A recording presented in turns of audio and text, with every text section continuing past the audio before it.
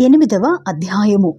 సొలొమోను యెహోవా మందిరమును తన నగరును కట్టించిన 20 సంవత్సరముల కాలము తీరిన తరువాత హీరాము తనకిచ్చిన పట్టణములను సొలొమోను కట్టించి వాటిలో ఇశ్రాయేలీయులను కాపురముంచెను. తరువాత సొలొమోను హమాతు సోబా అను స్థలమునకు పోయి దానిని పట్టుకునెను.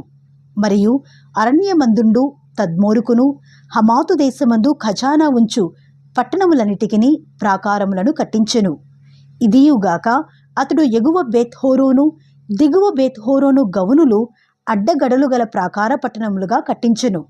బయలెతును ఖజానా ఉంచు పట్టణములన్నిటినీ రథములుంచు పట్టణములన్నిటినీ గుర్రపు రౌతులుండు పట్టణములన్నిటినీ కట్టించెను.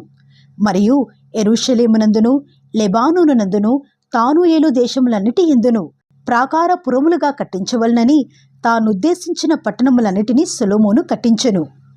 ఇశ్రాయేలీల సంబంధులు కాని హిత్తీలలో నుండి, అమోరీలలో నుండి, పెరిజ్జీలలో నుండి, హివ్వీలలో నుండి, ఎబూసీలలో నుండి శేషించియున్న సకల జనులను ఇశ్రాయేలీలు నాశనము చేయక వదిలివేసిన ఆయా జనుల సంతతి వారిని సొలొమోను నేటి వరకును తనకు వెట్టి పనులు చేయువారిగాను చేసుకొని ఉండెను.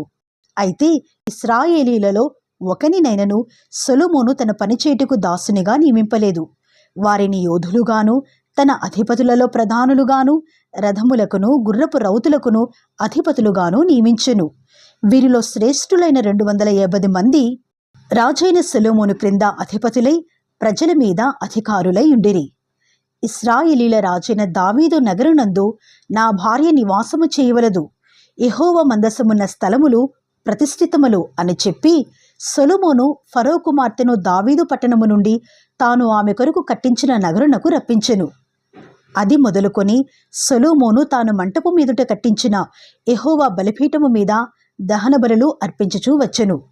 అతడు అనుదిన నిర్ణయము చొప్పున మోషే ఇచ్చిన ఆజ్ఞను బట్టి విశ్రాంతి దినముల యందును అమావాస్యల యందును నియామక కాలముల యందును సంవత్సరమునకు ముమ్మారు జరుగు పండుగల యందును అనగా పులియని రొట్టెల పండుగల యందును వారముల పండుగ యందును పర్ణశాలల పండుగ యందును యెహోవాకు దహన బలులు అర్పించుచూ వచ్చెను. అతడు తన తండ్రి అయిన దావీదు చేసిన నిర్ణయమును బట్టి వారి వారి సేవాధర్మములను జరుపుకొనుటకై వారి వారి వంతుల చొప్పున యాజకులను వారి సేవకును కట్టడను బట్టి అనుదినమున యాజకుల సముఖమున స్తుతి చేయుటకును ఉపచారులుగా ఉండుటకును వంతుల చొప్పున లేవీయులను ద్వారములన్నిటి దగ్గర కావలిండుటకై వారి వారి వంతుల చొప్పున ద్వారపాలకులను నియమించెను. దైవజనుడైన దావీదు అలాగుననే ఆజ్ఞ ఇచ్చియుండెను. ఏ విషయమును గూర్చియే గాని బొక్కసములను గూర్చియే గాని రాజు యాజకులకును లేవీయులకును చేసియున్న నిర్ణయమును బట్టి వారు సమస్తమును జరుపుచూ వచ్చిరి. యెహోవా మందిరమునకు పునాది వేసిన దినము మొదలుకొని అది సంపూర్ణమగు వరకు సొలొమోను పని అంతయు చేయించెను. అప్పుడు యెహోవా మందిరము సమాప్తమాయెను. సొలొమోను ఎదోము దేశము యొక్క సముద్రపు దరినున్న ఏసోన్ గెబెరునకును ఏలతునకును పోగా హీరాము తన పనివారి ద్వారా ఓడ నడుపుట యందు యుక్తిగల పనివారిని పంపెను. వీరు సొలొమోను పనివారితో కూడా ఓఫీరునకు పోయి అక్కడ నుండి 900 మనుగుల బంగారమును ఎక్కించుకొని రాజైన సొలొమోను నొద్దకు తీసుకొని వచ్చిరి. 9వ అధ్యాయము. షేబా దేశపు రాణి సొలొమోను గూర్చిన ప్రసిద్ధిని వినినప్పుడు గూఢమైన ప్రశ్నల చేత సొలొమోనును శోధింపవలనని కోరి మిక్కిలి గొప్ప పరివారమును వెంటబెట్టుకొని గంధవర్గములను విస్తారము బంగారమును రత్నములను ఒంటెల మీద ఎక్కించుకొని యెరూషలేమునకు వచ్చెను. ఆమె సొలొమోను నొద్దకు వచ్చి తన మనస్సులోని విషయములన్నిటిని గురించి అతనితో మాటలాడెను. సొలొమోను ఆమె ప్రశ్నలన్నీయు ఆమెకు విడదీసి చెప్పెను.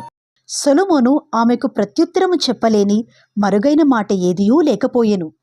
షేబా దేశపు రాణి సొలొమోనునకు కలిగిన జ్ఞానమును అతడు కట్టించిన నగరును అతని బల్లమీది భోజన పదార్థములను అతని సేవకులు కూర్చుండుటను అతని ఉపచారులు కనిపెట్టుటను వారి వస్త్రములను అతనికి గిన్నెలనందించు వారిని వారి వస్త్రములను యెహోవా మందిరమందు అతడు అర్పించు దహన బలులను చూచినప్పుడు ఆమె విస్మయముంది రాజుతో ఇట్లనెను. నీ కార్యములను గూర్చియు జ్ఞానమును గూర్చియు నేను నా దేశమందు వినిన వర్తమానము నిజవర్తమానమే గాని నేను వచ్చి దాని కన్నులారా చూచు వరకు వారి మాటలను నమ్మకయుంటిని. నీ అధిక జ్ఞానమును గూర్చి సగమైనను వారు నాకు తెలుపలేదు. నిన్ను గూర్చి నేను వినిన దానికంటే నీ కీర్తి ఎంతో హెచ్చుగానున్నది. నీ సేవకుల భాగ్యము మంచిది. ఎల్లప్పుడూ నీ సముఖమున నిలిచి నీ జ్ఞాన సంభాషణ వినుచుండు నీ సేవకులైన వీరి భాగ్యము మంచిది. నీ దేవుడైన యెహోవా సన్నిధిని నీవు రాజువై ఆయన సింహాసనము మీద ఆసీనుడవై ఉండునట్లు నీయందు అనుగ్రహము చూపినందుకు నీ దేవుడైన యెహోవాకు స్తోత్రములు కలుగునుగాక. ఇశ్రాయేలీయులను నిత్యము స్థిరపరచవలనన్న దయాలోచన నీ దేవునికి కలిగియున్నందున నీతి న్యాయములను జరిగించుటకై ఆయన నిన్ను వారి మీద రాజుగా నియమించెను అని చెప్పెను. ఆమె రాజునకు 240 మనుగుల బంగారమును విస్తారమైన గంధవర్గములను రత్నములను ఇచ్చెను. షేబా దేశపురాణి రాజైన సొలొమోనుకిచ్చిన గంధవర్గములతో సాటి అయినదేదియూ లేదు. ఇదియుగాక ఓఫీరు నుండి బంగారము తెచ్చిన హీరాము పనివారును సొలొమోను పనివారును చందనపు మ్రానులను ప్రశస్తమైన రత్నములతో కూడా కొనివచ్చిరి. ఆ చందనపు మ్రానుల చేత రాజు యెహోవా మందిరమునకును రాజనగరునకును సోపానములను గాయకులకు తంబురలను సితారాలను చేయించెను. అటువంటి పని అంతకుముందు యూదా దేశమందు ఎవ్వరునూ చూచియుండలేదు.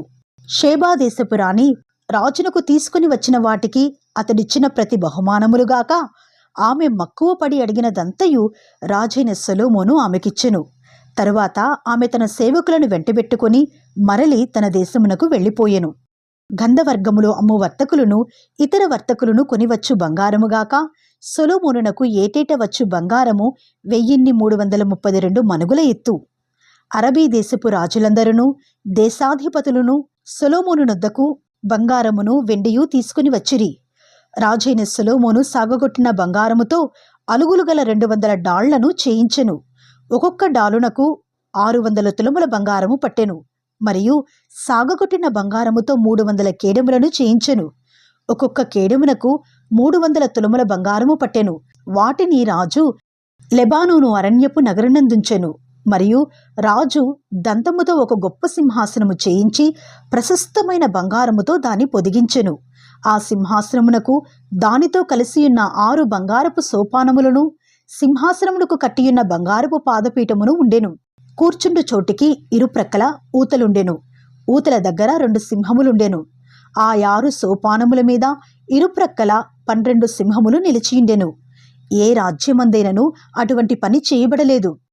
మరియు రాజైన సొలొమోనునకున్న పానపాత్రలన్నీయు బంగారపువై ఉండెను. లెబానోను అరణ్యపు నగరననున్న ఉపకరణములన్నీయు బంగారముతో చేసినవి. హీరాము యొక్క పనివారితో కూడా రాజు ఓడలో తార్షీషుకు పోయి 3 సంవత్సరములకు ఒకమారు బంగారము వెండి ఏనుగుదంతము కోతులు నెమళ్ళు అను సరుకులతో వచ్చుచుండెను గనుక సొలొమోను దినములలో వెండి ఎన్నికకు రానిదాయెను. రాజైన సొలొమోను భూరాజులందరికంటేనూ ఐశ్వర్యమందును జ్ఞానమందును అధికుడాయెను. దేవుడు సొలొమోను యొక్క హృదయమందుంచిన జ్ఞానోక్తులను వినుటకై భూరాజులందరూ అతని ముఖదర్శనము చేయగోరిరి. మరియు ప్రతివాడును ఏటేటా వెండి వస్తువులను బంగారు వస్తువులను వస్త్రములను ఆయుధములను గంధవర్గములను గుర్రములను కంచెరగాడిదలను కానుకలుగా తీసుకుని వచ్చిరి. రథములు నిలువయించు పట్టణములలోనూ రాజునొద్ద యెరూషలేములోనూ సొలొమోనునకు 4000 గుర్రపు సాలలను రథములను 12000 గుర్రపు రౌతులను కలిగియుండెను. యూఫ్రటీసు నది మొదలుకొని ఫిలిస్తీన్ల దేశము వరకును ఐగుప్తు సరిహద్దు వరకును ఉండు రాజులందరిపైని అతడు ఏలుబడి చేసెను. రాజు యెరూషలేమునందు వెండి రాళ్లంత విస్తారముగా నుండినట్లును దేవదారు మ్రానులు షెఫేలా ప్రదేశముననున్న మేడి వృక్షములంత విస్తారముగా ఉండునట్లును చేసెను. ఐగుప్తు నుండి సకల దేశముల నుండి సొలొమోనునకు గుర్రములు తేబడెను. సొలొమోను చేసిన కార్యములన్నిటిని గూర్చి ప్రవక్త అయిన నాతాను రచించిన గ్రంథమందును షిలోనీడైన అహియా రచించిన ప్రవచన గ్రంథమందును నెబాతు కుమారుడైన యెరోబామును గూర్చి దీర్ఘదర్శి అయిన ఇద్దోకు గ్రంథమందును వ్రాయబడి ఉన్నది. సొలొమోను యెరూషలేమునందు ఇశ్రాయేలీయులందరి మీద 40 సంవత్సరములు ఏలుబడి చేసెను. తరువాత సొలొమోను తన పితరులతో కూడా నిద్రించి తన తండ్రి అయిన దావీదు పట్టణమందు పాతిపెట్టబడెను. అతనికి బదులుగా అతని కుమారుడైన రెహబాము రాజాయెను. 10వ అధ్యాయము. రెహబామునకు పట్టాభిషేకము చేయుటకై ఇశ్రాయేలీయులందరూ షెకెమునకు వెళ్ళగా రెహబాము షెకెమునకు పోయెను. రాజైన సొలొమోను సమక్షము నుండి పారిపోయి ఐగుప్తులో వాసము చేయుచున్న నెబాతు కుమారుడైన యరొబాము అది విని ఐగుప్తు నుండి తిరిగి రాగా జనులు అతని పిలిపించిరి. యరొబామును ఇశ్రాయేలు వారందరూ కూడివచ్చి, నీ తండ్రి మా కాడిని బరువు చేసెను. నీ తండ్రి నియమించిన కఠిన దాస్యమును అతడు మా మీద ఉంచిన బరువైన కాడిని నీవు ఇప్పుడు చులకన చేసినడలా మేము నిన్ను సేవింతుము అని రెహబాముతో మనవి చేయగా, అతడు, మీరు 3 దినములు తాళి మరలా నా ఎద్దుకు రండని చెప్పెను. గనుక జనులు వెళ్ళిపోయిరి. అప్పుడు రాజైన రెహబాము తన తండ్రైన సొలొమోను సజీవి అయ్యుండగా అతని సమక్షమున నిలిచిన పెద్దలను పిలిపించి, ఈ జనులకు నేనేమి ప్రత్యుత్తరం ఇయ్యవలెను? మీరు చెప్పు ఆలోచన ఏది అని అడుగగా, వారు, నీవు ఈ జనుల ఎడల దయాదాక్షిణ్యములు చూపి వారితో మంచి మాటలాడిన ఎడల వారు ఎప్పటికీ నీకు దాసులగుదురు అని అతనితో చెప్పిరి.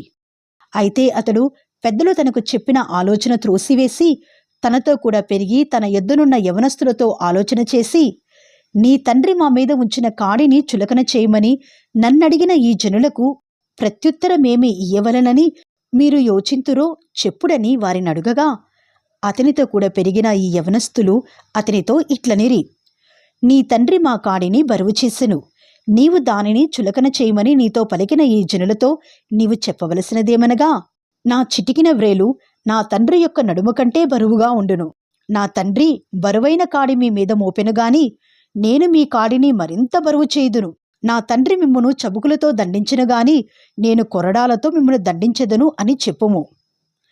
3వ దినమందు నా ఎద్దుకు తిరిగి రండని రాజు చెప్పిన ప్రకారము యరొబామును జనులందరూ 3వ దినమందు రెహబాము నద్దకు రాగా, రాజైన రెహబాము పెద్దల ఆలోచనను త్రోసివేసి యవనస్తులు చెప్పిన ప్రకారము వారితో మాటలాడి వారికి కఠినమైన ప్రత్యుత్తరమిచ్చెను. ఎట్లనగా, నా తండ్రి మీ కాడిని బరువు చేసెను, నేను దానిని మరింత బరువు చేయుదును.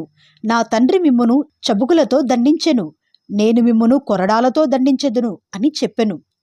యెహోవా షిలోనీయుడైన అహియా ద్వారా నెబాతు కుమారుడైన యరొబాముతో సెలవిచ్చిన తన మాటను స్థిరపరచునట్లు దేవుని నిర్ణయ ప్రకారము జనులు చేసిన మనవి రాజు ఆలకించకపోయెను. రాజు తాము చేసిన మనవి అంగీకరింపకపోవుట చూచి జనులు, దావీదులో మాకు భాగము ఏది?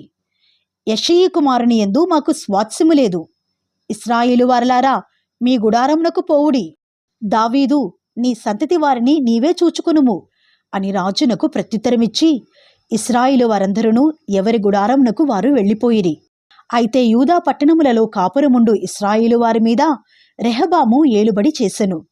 రాజైన రెహబాము వెట్టిపని వారి మీద అధికారి అయిన హదోరమును పంపగా ఇశ్రాయేలు వారు రాళ్లతో అతని చావగొట్టిరి గనుక రాజైన రెహబాము యెరూషలేమునకు పారిపోవాలని త్వరపడి తన రథము ఎక్కెను. ఇశ్రాయేలు వారు ఇప్పటికిని దావీదు సంతతి వారి మీద తిరుగుబాటు చేసి నేటి వరకును వారికి లోబడకయున్నారు. 11వ అధ్యాయము. రెహబాము యెరూషలేమునకు వచ్చినప్పుడు ఇశ్రాయేలు వారితో యుద్ధము చేయుటకును రాజ్యమును తనకు మరలా రప్పించుకొనుటకును అతడు యూదా వారిలో నుండియు బెన్యామీనీయులలో నుండియు ఏర్పరచబడిన యుద్ధశాలులను 180,000 మందిని సమకూర్చగా, దైవజనుడైన షెమయాకు యెహోవా వాక్కు ప్రత్యక్షమై ఇలాగు సెలవిచ్చెను, నీవు యూదారాజును సొలొమోను కుమారుడునగు రెహబాముతోనూ యూదా యందును బెన్యామీనుల ప్రదేశమందును ఉండు ఇశ్రాయేలు వారందరితోనూ ఈ మాట ప్రకటించుము. ఈ కార్యము నా వలన జరుగుచున్నదని యెహోవా సెలవిచ్చుచున్నాడు గనుక బయలుదేరకుండను మీ సహోదరులతో యుద్ధము చేయకుండను మీరందరూ మీ ఇండ్లకు తిరిగిపోవుడి అని చెప్పెను. కావున వారు యెహోవా మాటలు విని యరొబాముతో యుద్ధము చేయట మాని వెళ్ళిపోయిరి. రెహబాము యెరూషలేమునందు కాపురముండి యూదా ప్రదేశమందు ప్రాకారపురములను కట్టించెను. అతడు బేత్లెహేము, ఏతాము, తెకోవా, బేత్సూరు, సోకో, అదుల్లాము, గాతు, మారేషా, జీఫు, అదోరాయిము, లాకీషు, అజేకా, జొర్యా, అయ్యాలోను, హెబ్రోను అను యూదా బెన్యామీను ప్రదేశములందుండు ప్రాకారములను కట్టించి దుర్గములను బలపరచి వాటిలో అధిపతులను ఉంచి ఆహారమును నూనెను ద్రాక్షారసమును సమకూర్చెను. మరియు వాటిలో డాళ్లను బల్లెములను ఉంచి ఆ పట్టణములను బహుబలవంతమైన వాటిగా చేసెను. యూదావారును బెన్యామీనీయులను అతని పక్షమున నుండిరి. ఇశ్రాయేలు వారి మధ్య నుండి యాజకులను లేవీయులను తామున్న ప్రదేశముల సరిహద్దులను దాటి అతని యొద్దకు వచ్చి చేరిరి. యెరోబామును అతని కుమారులను యెహోవాకు యాజక సేవ జరగకుండా లేవీలను త్రోసివేయగా వారు తమ గ్రామములను స్వాస్థ్యములను విడిచి యూదా దేశమునకును యెరూషలేమునకు వచ్చిరి. యెరోబాము బలిపీఠములకును దెయ్యములకును తాను చేయించిన దూడలకును యాజకులను ఏర్పరచుకునెను. వారి చర్యలట్లుండగా ఇశ్రాయేలీయుల గోత్రముల ఎందంతటను ఇశ్రాయేలీయుల దేవుడైన యెహోవాను వెదకుటకు మనస్సు నిలుపుకొనిన వారు తమ పితరుల దేవుడైన యెహోవాకు బలులనర్పించుటకై యెరూషలేమునకు వచ్చిరి. దావీదును సొలొమోనును నడిచిన మార్గమందు 3 సంవత్సరములు వారు నడిచి యూదా రాజ్యమును బలపరచి 3 సంవత్సరములు సొలొమోను కుమారుడైన రెహబామునకు సహాయకులైరి. రెహబాము దావీదు కుమారుడైన యెరీమోతు కుమార్తెయగు మహలతును యెషయి కుమారుడైన ఏలీయాబు కుమార్తెయగు అబీహాయిలను వివాహము చేసుకొనెను. అతనికి యూషు, షెమరియా, జెహము అను కుమారులు కలిగిరి. పిమ్మట అతడు అబ్షాలోము కుమార్తె అయిన మయకాను వివాహము చేసుకొనగా ఆమె అతనికి అబీయాను, అత్తయిని, జీజాను, షెలోమీతును కనెను. రెహబాము 18 మంది భార్యలను పెళ్లి చేసుకొని 60 మంది ఉపపత్నులను తెచ్చుకొని 28 మంది కుమారులను 60 మంది కుమార్తెలను కనెను. అయితే తన భార్యలందరికంటేను ఉపపత్నులందరికంటేను అబ్షాలోము కుమార్తె అయిన మయకాను అతడు ఎక్కువగా ప్రేమించెను. రెహబాము మయకాకు పుట్టిన కుమారుడైన అబియాను రాజును చేయతలచి అతని సహోదరుల మీద ప్రధానునిగాను అధిపతినిగాను అతని నియమించెను. అతడు మంచి మెలకువగలవాడై తన కుమారులలో శేషించిన వారిని యూదా బెన్యామీను సంబంధములైన ఆయా ప్రదేశములలోని ఆయా ప్రాకారపురముల యందు అధిపతులుగా నియమించి వారికి విస్తారమైన సొత్తు ఇచ్చి వారికి పెండ్లిళ్ళు చేసెను.